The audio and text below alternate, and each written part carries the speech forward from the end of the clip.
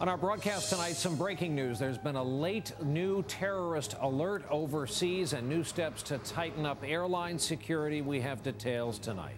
Also this evening, fighting words. The president drumming up anger over Wall Street in a fiery message to Main Street.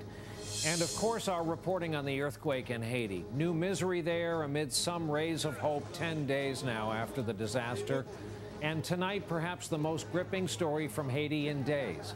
Young earthquake survivors finally meeting their families here in America. Nightly News begins now. From NBC News World Headquarters in New York, this is NBC Nightly News with Brian Williams. Good evening. We actually have an astounding story to show you coming out of the tragedy in Haiti. But first here tonight, and just briefly, a story you may have heard something about late in the day today. The British are saying a terrorist attack is, quote, highly likely, though they say just as quickly there's no evidence it's imminent. The threat is believed to be from the Arabian Peninsula branch of al-Qaeda. We're going to begin here with a brief update from our own Pete Williams in our Washington newsroom. Pete, what's this all about? Brian, officials here and in London say this basically amounts to the British government catching up to what the U.S. did last week when airline security was further tightened. The UK threat level was raised today to what's called severe, the second highest level there. And it's a response, officials say, to a stream of intelligence suggesting that al-Qaeda terrorists in Yemen are determined to carry out more attacks against the West.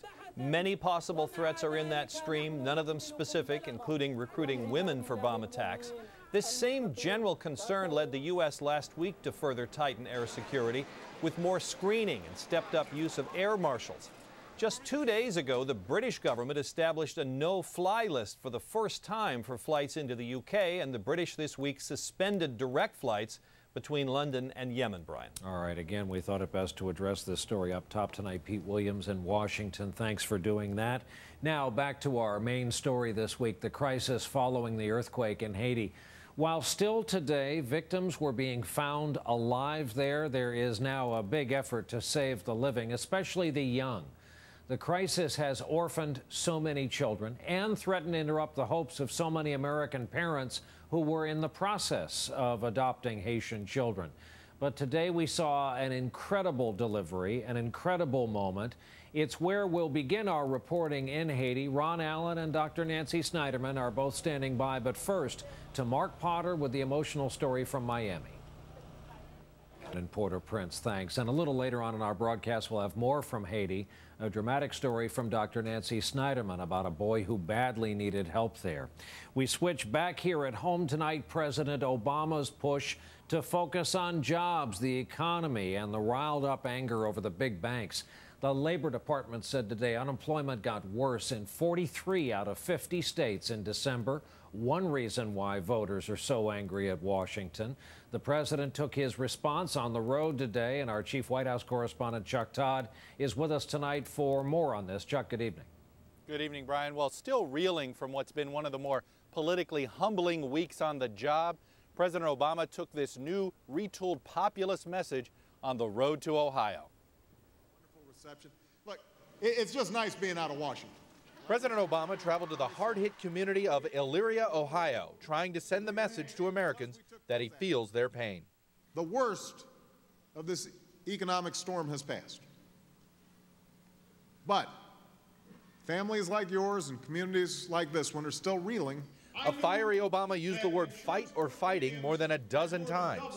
I will not stop fighting for you. I will take my lumps, but I won't stop fighting to bring back jobs here.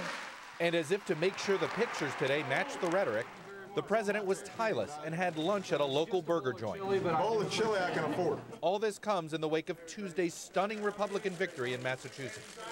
What does it mean for Obama? You know, is he weakened? How's he going to survive this? While the president laughed off his troubles, one person finding himself in the unsuspecting post-Massachusetts crosshairs, Federal Reserve Chairman Ben Bernanke, whose term expires in 9 days. The Senate is yet to confirm him for another term. A handful of senators, liberal and conservative, have attempted to slow or stop the process. Bernanke's confirmation hearings last month produced flashes of anger. You are the definition of a moral hazard. Today, more senators came out against him, including 2 Democrats who are up for re-election this year, Russ Feingold of Wisconsin and Barbara Boxer of California. Bernanke's problems don't appear to be personal, but instead are about the Federal Reserve's lending policy. Who'd you give the money to? Who's got our money? Bernanke dodged a bullet late today when Senate Majority Leader Harry Reid finally put out a statement in support of Bernanke's nomination. There was a real fear among some at the White House that when word had gotten out that Reid, the Majority Leader, also up for re-election, had said he was on the fence, that it was going to send a signal to all Democrats, hey, go whichever way you feel like you have to go. But Reid is for him for now, and so they may now have the votes. Brian? What a year, and it's just starting. Chuck Todd on the White House lawn for us tonight. Chuck, thanks. And while all this was going on, Wall Street finished its worst week in almost a year, down just under 217. Blue chip stocks were down more than 5% in the past 3 trading days, finishing the week down 445 points. Now, more about Ben Bernanke here. He was the Time Magazine Person of the Year just a few weeks ago. If he is indeed in trouble, it would be a big fall, but what would it do for Americans starting this winter? CNBC's senior economic reporter Steve Liesman with us from CNBC Global Headquarters tonight. Steve, that's the question. This has the air, according to Chuck, of kind of sacrificial lamb about it. If there's a change at the Fed, how do people feel it? Well, I think you might have gotten a taste of it today with how the market reacted. Yesterday's sell-off was probably more related to the banks and the new restrictions from the Obama administration. Today, I think, is related to the uncertainty over Obama. And the question is going to be not just who replaces him, but what's the change in policy? That is really unclear to Wall Street. If you notice, it's Jim Bunning opposed to Ben Bernanke, who's a conservative from Kentucky, and Bernie Sanders, who's a socialist from Vermont. So it's entirely unclear which way the public wants the Fed to lean, to be more stimulus to the economy or less stimulus. That's the question, and Wall Street will fret over that uncertainty, Brian. There will be more moving parts over the weekend. For now, Steve Liesman, thanks as always. When our broadcast continues here on a Friday evening, as promised, we'll have more from Haiti, trying to go from here to there and all the things that can happen along the way. And later, some answers to the question, what happens after the natural disaster when the world's attention moves on?